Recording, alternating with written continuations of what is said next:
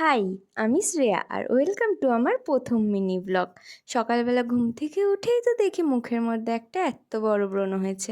আর গ্রামের দিকে সকালটা না ঠিক এতটাই সুন্দর হয়, আর শরতের আকাশ বলে বোধহয় আরেকটু বেশিই সুন্দর লাগছে।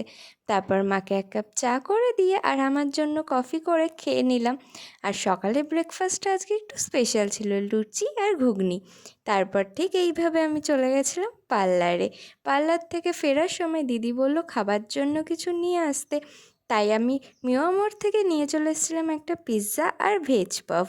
খাবারটা খেয়ে আমি আবার বিকেলবেলার দিকে রেডি হয়ে নিয়েছিলাম, পার্লারে যাব বলে রেডি হয়ে বেরিয়ে পড়লাম। আর যাওয়ার সময় তো কিছুটা এরকম দেখে নিলাম, জানি না এরা কি করে এভাবে রাস্তার মধ্যে লাফিয়ে লাফিয়ে নাচ করতে পারে। তারপর পার্লার গিয়ে কেউ ছিল না বলে আমি বসে বসে ফোন দেখছি। আর আজকে আমাকে রাস্তার থেকে নেওয়ার জন্য ভাই আর বাবা এসেছিল। জানি না ভাইয়ের আজকে কী হয়েছে, আমাকে ছাড়তেই চাইছে না। আমি বসেছিলাম, আমার কোলে উঠে বসছিল, তারপরে শুয়েছিলাম আমার গায়ের উপর উঠে শুয়েছিল, ছাড়ছিলই না। আর রাত্রেবেলা আজকে ডিনারে ছিল মাছের মাথা দিয়ে মুড়ো ঘন্ট।